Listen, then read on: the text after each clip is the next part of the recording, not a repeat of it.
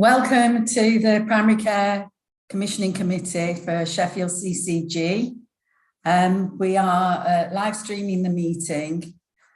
So I would like to start with apologies from the members.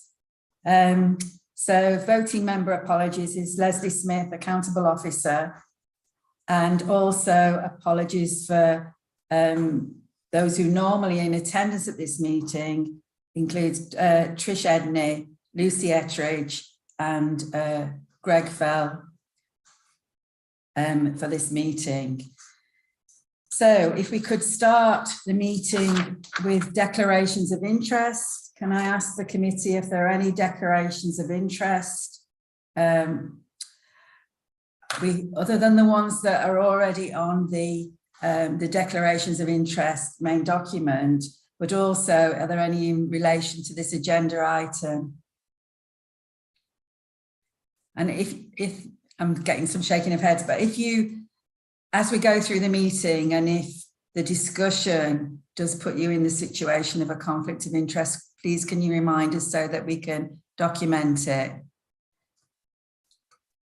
Have we any questions from members of the public? Ronnie? None received, Chris. Okay, thank you. So then if we could go on then to approval of the previous minutes. So if we could look first at page 1, page 2. Can you speak up if you find something as well, because I'm trying to look at 2 screens, so I might not see your hand. Page 3 and 4, 5 and 6, 7 and 8, pages 9 and 10. So if we can sign off those as an accurate record, and if we can move on to the matters arising. So there was an action about the trend analysis on the spend of locums to be shared with the committee once completed. And I think it remains open because we still need the data for that. Is that correct, Abby?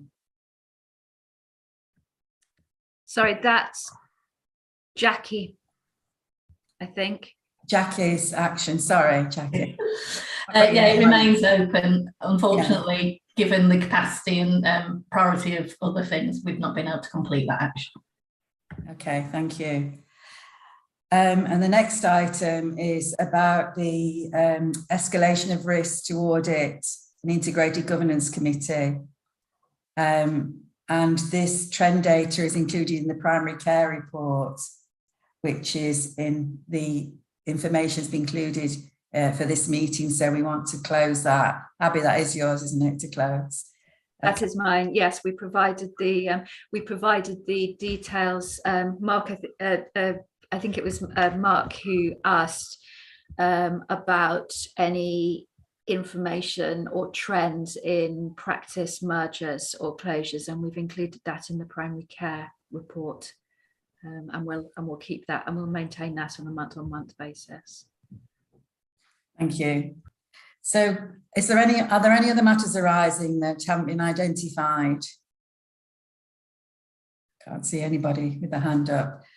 Thank you. So moving on then to the first item on the agenda, which is the application to close Darnall Health Centre, Richmond Road site. And Louise Robinson, Primary Care Contracts and Estates Manager, has kindly joined the meeting to take us through the headlines of that application. Louise, did you want to start? Yeah, thanks, Chris. So apologies to start, because I thought there was going to be somebody from PCS Clover joining the meeting, so they may jump on because I think we're slightly early on the agenda item, but I'll talk through the case. Yes. So in terms of the paper for the Richmond Road branch site closure, there was, just for a bit of background, a paper previously bought, 2017, I think, for the closure, which was to start the initial engagement with patients to look at closing the branch site. And as detailed in the paper, there's various reasons why that didn't progress as planned. And in more recent months, the practice have come to the CCG and looked to PCS for support. And one of the proposals was to progress again with the closure of the Richmond Road site. The patient consultation was undertaken through January to the end of March and was assured at Speak.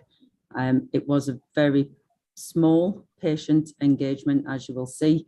However, they did acknowledge that they tried to get the best responses out of patients that were still registered with the site, which is a small number of the overall list size.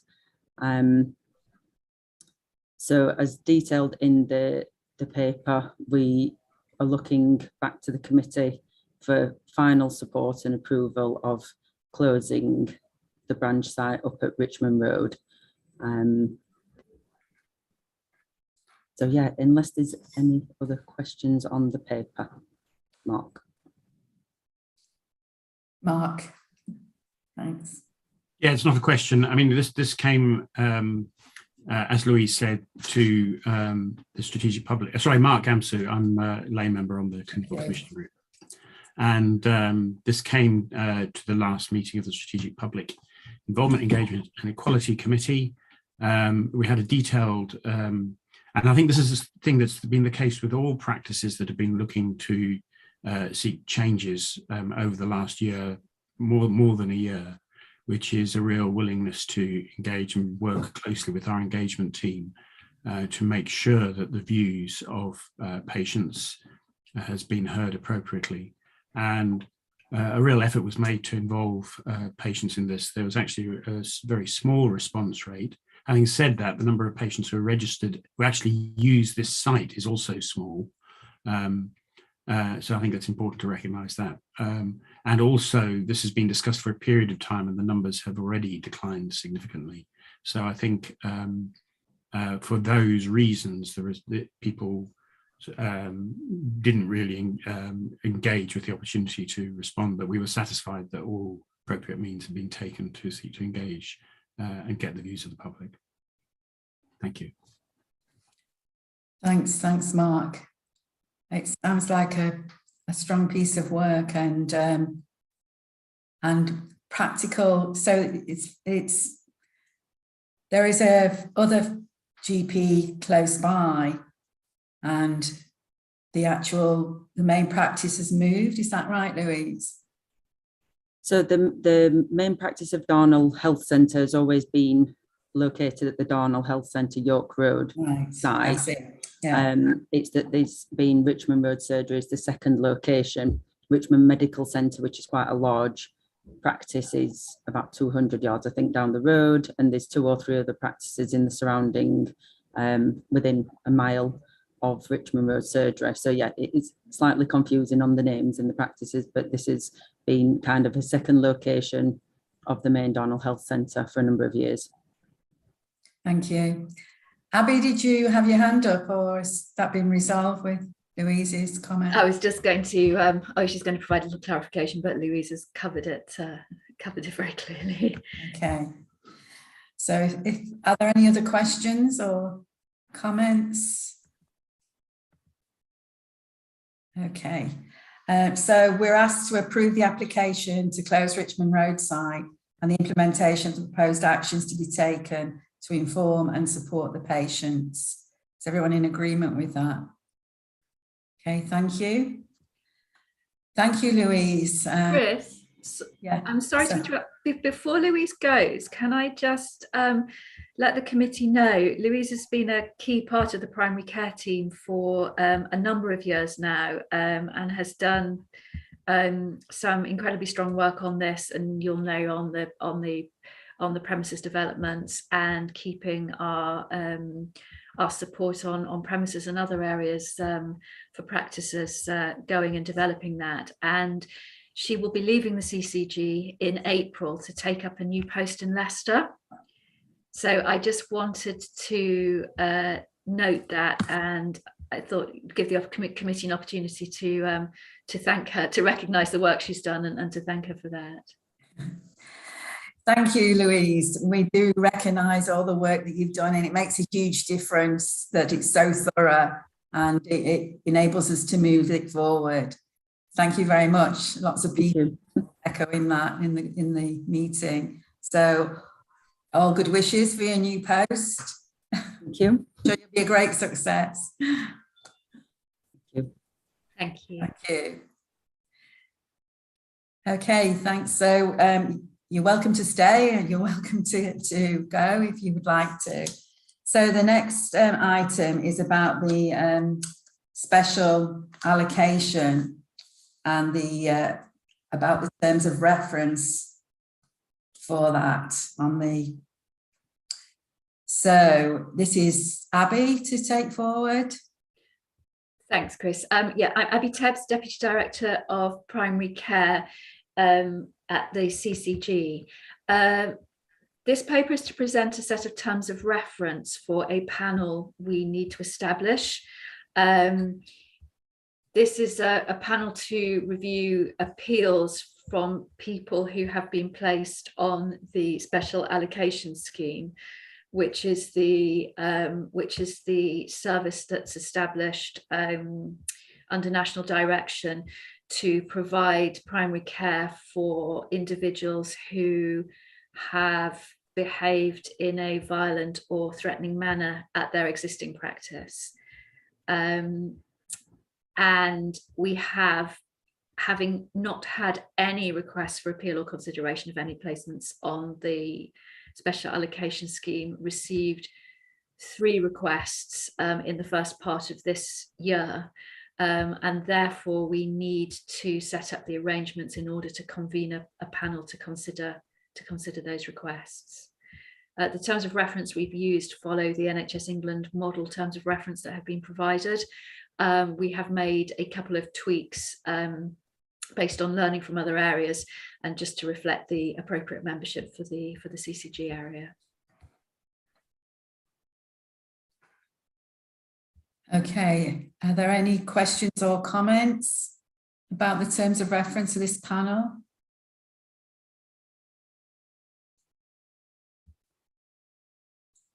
No, I can't see anyone with a hand up. So then the actual panel meeting is next week, isn't it? First panel meets next week to consider 2 of the applications, and then there'll be a further panel to consider another one.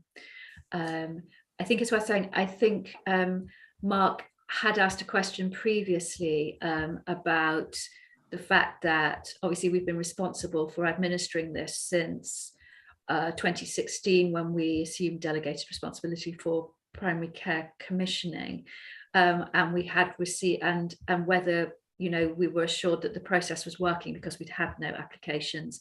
We have reviewed the process and are assured that when patients are notified that they're being placed on the special allocation scheme, they do receive details of how to appeal if they believe that's incorrect.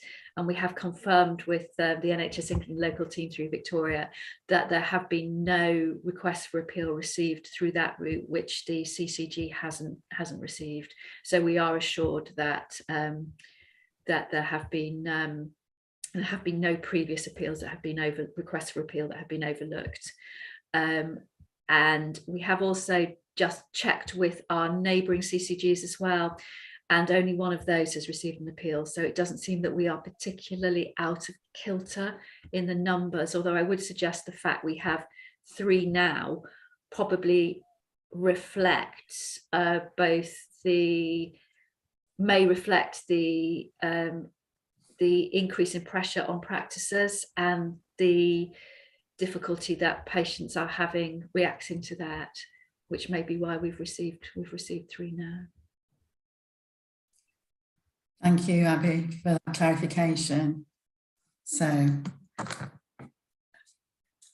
I don't think there are any other comments or questions about that. So if we can move on So the next agenda items, we're accepting the terms of reference, especially as they follow the required guidance.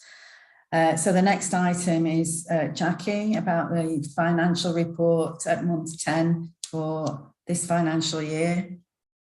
Thanks, Chris. So I'm Jackie Mills, I'm Director of Finance at the CCG. Just a couple of points I wanted to pull out from the report that has been previously circulated. So at the end of January, we had an underspend on primary care budgets of just over £400,000, and that was mainly in relation to the CCG additionally commissioned services budget. This underspend is expected to reduce by the end of the financial year, so we're forecasting a £280,000 underspend by the end of the year. And the change is mainly due to the expected overspend on delegated primary care. The committee will remember when I brought the revised plan in November that we were forecasting significant recurrent overspend on the delegated budgets, and we had suggested a range of mitigations to manage that position. So we have applied those mitigations, but it is important to note that many of those are non-recurrent, and so we still need to find future recurrent savings. And then finally, just to note, we're currently working on the financial plan for 2022-23. And whilst we've had confirmation of our delegated primary care allocation, we're still working with NHS England colleagues to better understand the likely financial implications of the GP contract for the coming year. We've had some correspondence about some of the elements of the GP contract, but the financial implications and some of the information that normally comes from the national and regional teams is still awaited. I am hoping that we can bring a full financial plan to this committee in May, so I will go through more detail at that point, hopefully having received more information. So I think they were just the key points I wanted to bring out from the report, Chris. I'm happy to take any questions. Have we any questions for Jackie?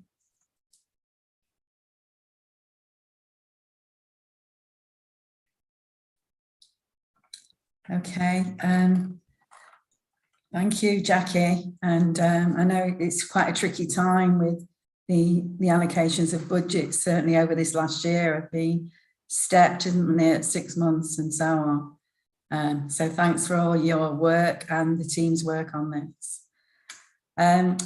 So moving on through the agenda, did I notice Lindsay come and go? Was that for the item we came up with quickly? Yeah, okay.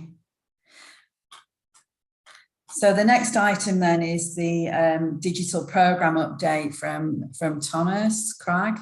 If you could introduce yourself and your title, Thomas, that would be good. And the report. Thank you, Chris. I'm Thomas Cragg. I'm Deputy Director of IT Development and Improvement at Sheffield CCG, and we run the Barnsley Bassett Law and Sheffield Shared Service for IT. So I'll take the digital report as well and just draw out the key points. So we've been rolling out the GP Wi-Fi across Sheffield. We have identified some issues with the communications plan. So that's the instructions that are given to the sites as that rolls out. So we've had some feedback and we've changed the way we do that. So hopefully we're starting to see practices enjoy that rollout now and resolve those issues. We've also secured funding to continue that rollout to completion now. Originally, I think it was 75%, and we've got up to, we will have at completion 100% coverage. The second point was we had a few months of KPI 1 not meeting target. We've now had 2 successive months of meeting that KPI. That's the telephony KPI, and we made some staffing and process changes, so we're really pleased. We're sitting in January, there was an average answer time on the phones of 14 seconds. So that's really pleased with the way that service is running. And then the third point is that we've received the funding for the shared care record tenancies for the viewer. So that project's progressing, and hopefully we'll be able to come to this meeting in a few months with some more information around that. Thank you. That's great news. Some good successes there and progress. Any comments or questions from the committee? Gareth? Hi, Thomas. It's just one question. Gareth, do you want to say who you are? And Oh, sorry, I'm a GP in Sheffield, and I'm a LMC representative here today. Sorry about that. it's okay. Thomas, I read the report that you sent through before, and I just want to clarify something. You mentioned the report about access points for the GP Wi-Fi, and I'm not very clued up in technology, so I just wondered if you could explain what the access points are. So they're the wireless access points that provide the Wi-Fi. So the actual unit that sits on the wall that broadcasts the wireless. And is there one of those per surgery or per desktop? Or so there'll be a site survey done. So we'll get the floor plans of the surgery, and then they'll be put in strategic points. So larger buildings would have more because it's almost like your wireless hub at home. It provides this to certain coverage. We do find issues with some of the older buildings with thicker walls, but we're trying to be dynamic. Initially, like I said, the budget only covered 75% of the full rollout, so we have managed to secure that. So if you know of sites that have got poor coverage, we'll either plan to revisit, or we can, if that's raised with us, we can come and address that. Okay, that's great. Thanks. Yeah. Mark? Yeah, thanks for the report, Thomas. I'm afraid I'm going to sort of, and I might have done this to you before, but I'm going to sort of piggyback on your report to just raise another issue that might come more the way of Abby, but you can be the judge of that, Thomas. I'm sure in a previous Primary Care Commissioning Committee meeting, we talked about generally the experience that patients have of seeking to access general practice digitally, and it was related to a discussion that we're having about pressure on GPs. And I think it was quite clear that there was a variation in terms of the types of websites and the sorts of information that patients could, the ease at which patients could make appointments on practice websites, the whether or not, and I think there's quite a significant variation in terms of whether patients could get access to their patient record on GP websites and so forth. And it did seem, when we had the discussion, that there was a broader issue that relates to the pressure on GPs, and indeed, which, you know, it's part of that issue. And I'm sure we had a discussion about, well, yes, that's something that we really need to have an understanding about the current state of play with regard to the sort of digital offer across general practices in the city.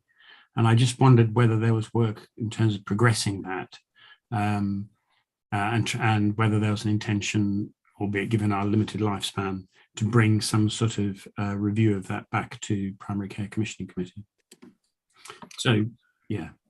Yeah, okay, thanks, Mark. So within the ICS, there's a programme currently running digital services for our public, with a view to review the digital services that are currently offered, and then look at standardising and bringing those to a consistent level across the ICS.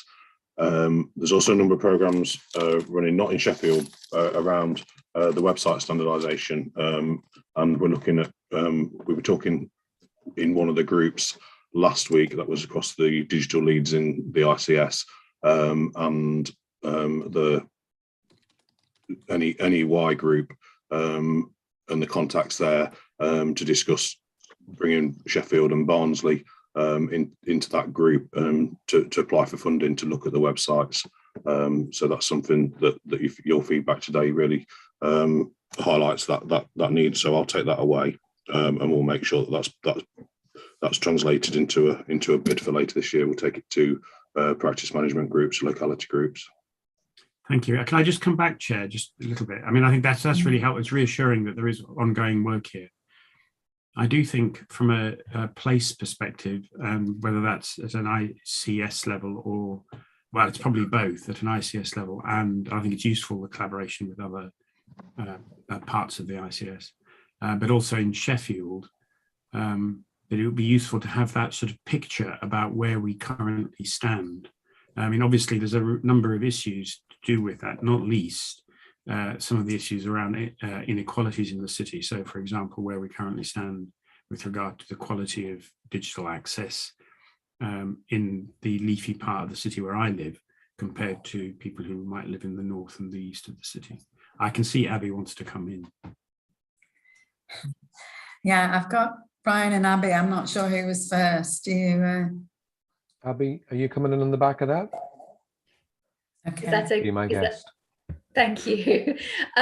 So I think we're very much aware of that, Mark, the impact or the how that compounds other inequalities in the city, the issues with people who are in digital poverty or aren't as digitally literate as others, and the impact that has both on primary care and secondary care, and also the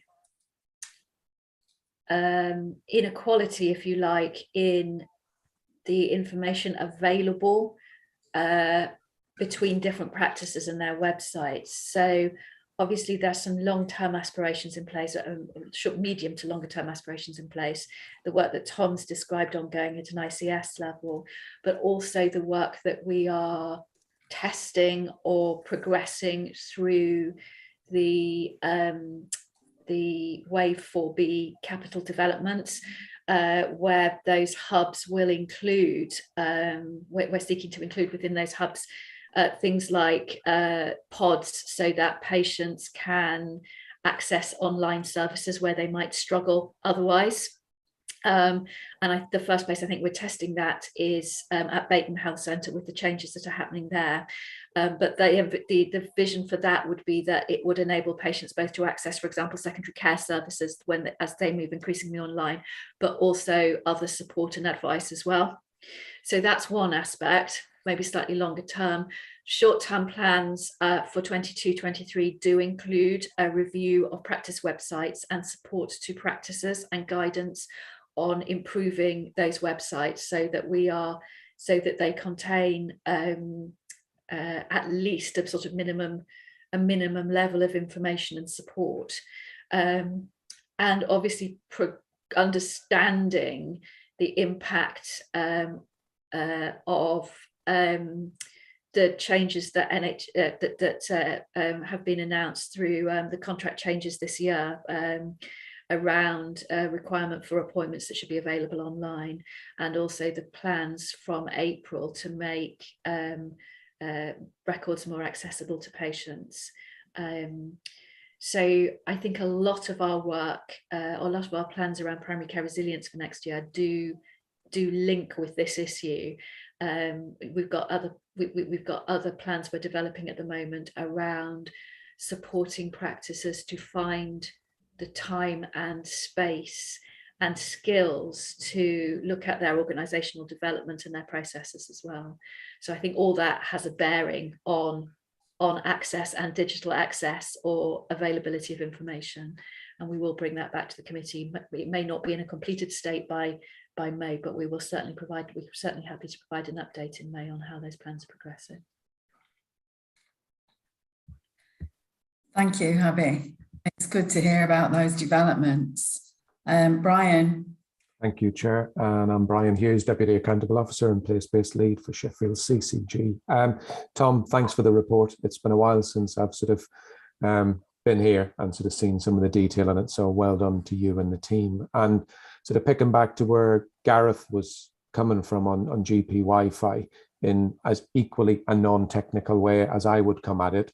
I think what you're saying is where we're putting the Wi-Fi in now, particularly in practices, it's going to connect. So we're not going to be in a space where we may have been a few years ago where we may have a box, but the box doesn't connect across the whole of the surgery. I think what you're saying, Tom, is that the coverage is much more reliable in the rollout that we're currently engaged in. So if that is the case, well done and thank you. Tom, do you want to comment on that? Is that okay? You okay? Thank you. I think we've had such a change of culture and step change in terms of using IT, haven't we, across the practices, and also in terms of the equipment that was invested in, so that primary care could function over the time of the pandemic. So it's useful to hear how we're increasing our performance on the key areas you covered, Tom, and also some of the issues that have been raised in terms of what does that look like across the city and where do we still need to focus, and to be updated about the requirement as well, that in terms of appointments online and so on. So we do seem like we're on schedule for that from what you've said, Abby, and Tom said as well. Yeah, with some nodding of heads. So are there any other questions or points that people would like to make? So I'd just like to thank Tom for all the work that they've done on this and recognise the progress, particularly in terms of the targets are pretty impressive, and you've got that information there. So thanks again, and thanks to the team that are working on that. Makes a huge difference. It's so frustrating when we're so reliant on it and perhaps need to make it even more accessible. So thanks. Okay, so we've gone quite rapidly through the agenda items, except there's the other reports on here. Are there any comments on the other reports or any other business? No. The key messages to the governing body, probably the progress on the digital progression in primary care, and also some of the outstanding issues that we want to focus on where there's some gaps. And also, I think the closure of the Downhill Health Centre, Richmond Road, that we've made that decision to do that. So just those two, unless anybody's got anything else. I think issues about risk for audit and integrated governance, I don't think there is any new ones from this, and they already cover the financial reporting. Okay, so unless there is anything else, if we can close the meeting and close the recording. Ronnie, are you doing that? And thank you for those people that have joined us for this Primary Care Commissioning Committee.